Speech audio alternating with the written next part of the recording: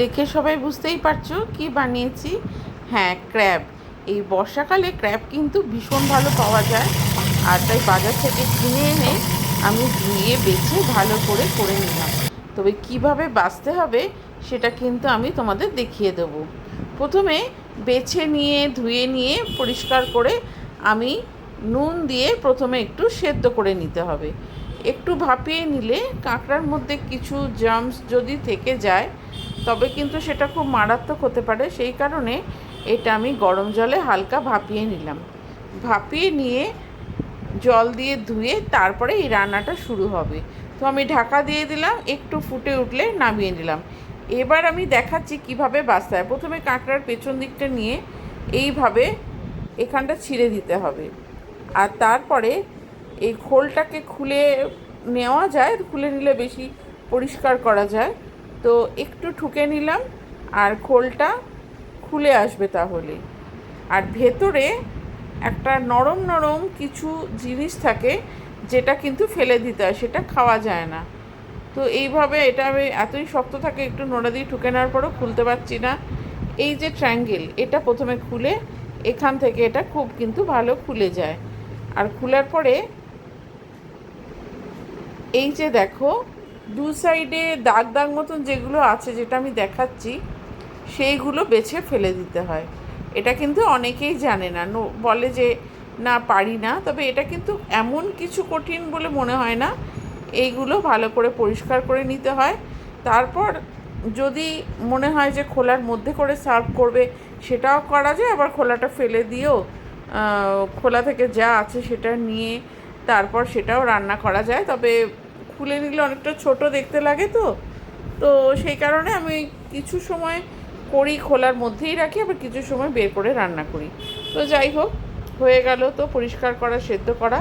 এবার আমি নিয়ে নিয়েছি পেঁয়াজ, রসুন, আদা, গরম মশলা। স্বাভাবিক যেমন মাংস হয় সেরকম টাইপই রান্নাটা হয়। তো ভালো ফুটে দেখো কেমন চিংড়ি মাছের মতো লাল হয়ে গেছে। আর এগুলোকে আমি তুলে জল দিয়ে ভালো করে ধুয়ে নেবো, মানে এক্সট্রা যেটা থাকবে সেটা চলে যাবে, নোংরা যদি কোনো থাকে।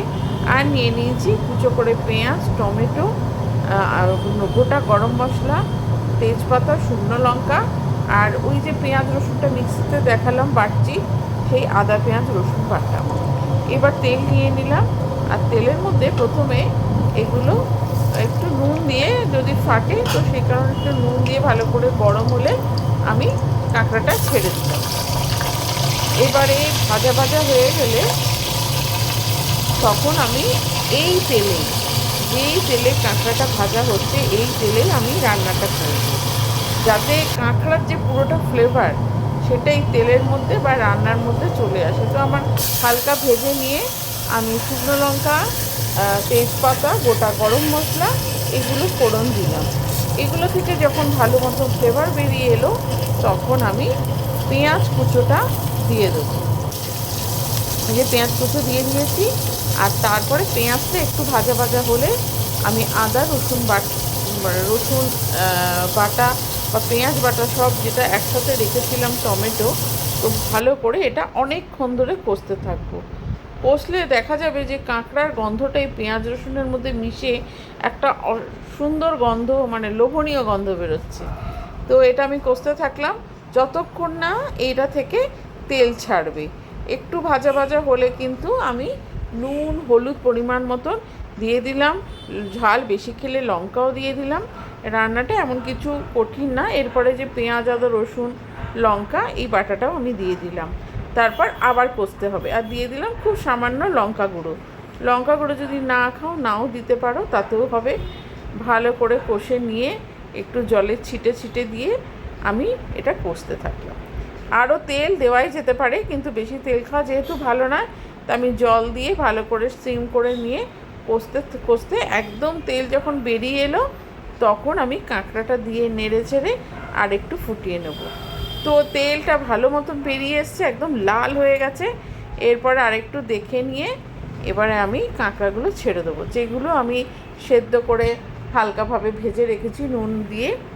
এগুলো আস্তে আস্তে করে বসিয়ে দিলাম, কেননা কাঁকড়ার ভেতরে যে মাংসটা থাকে অনেক সময় সেটা বেশি নাড়ানাড়ির ফলে বেরিয়ে আসে, তবে যেহেতু এই সেদ্ধ করে বা ভাজা হয়েছে, তো এই সব কারণে কিন্তু অনেক সময় এটা খুব উপকার হয়, মানে ভেতরের মাংসটা একদম কাঁকড়ার মধ্যে আটকে যায়।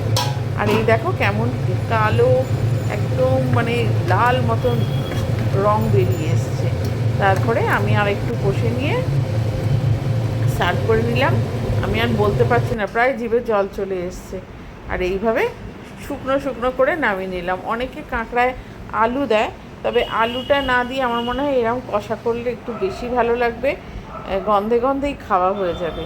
তো এইরকমভাবে তোমরা কাঁকড়া বানিয়ে নিও, আর বাচ্চাটা দেখালাম যেটা সেটাও ফলো করো, তাহলে বাইরেতে এনেই তোমরা বাঁচতে পারবে। দোকান থেকে কাঁকড়ার দাঁড়গুলো ভেঙে দেয়, কিন্তু ওরা বেছে ঠিক মতন দেয় না, অনেক কিছু এই সাইডের যেগুলো দেখালাম সেগুলো কিন্তু থেকে যায়। তাই এইভাবেই ফলো করবে এবং আমার চ্যানেলটাকে সাবস্ক্রাইব